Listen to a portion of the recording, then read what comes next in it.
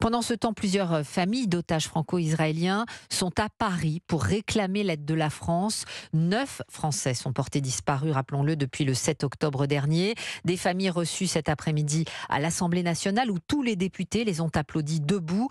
Ce soir, elles participent à une soirée pour la libération de tous les otages à la synagogue parisienne de la Victoire. Et vous êtes sur place, Antoine Bienvaux.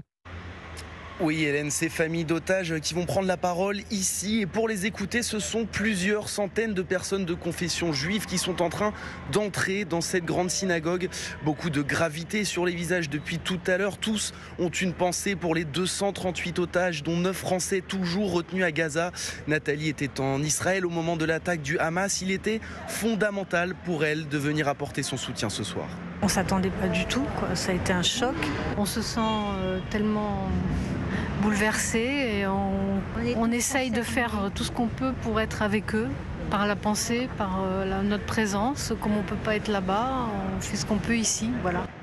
Nathalie qui a désormais pu rentrer dans cette grande synagogue de Paris pour ce rassemblement qui se déroule ce soir sous la plus haute surveillance avec des barrages de police dans toute la rue et des contrôles des sacs très stricts dans ce contexte, vous l'avez entendu dans ce journal, de remontée de l'antisémitisme en France. Antoine Bienvaux en direct de la synagogue de la Victoire.